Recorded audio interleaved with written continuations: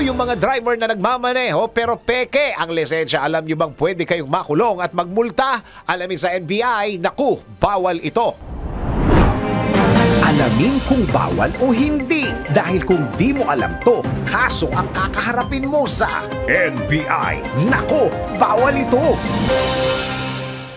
Nagmamaneho ng sasakyan pero peke ang lisensya mo? Nako, bawal ito.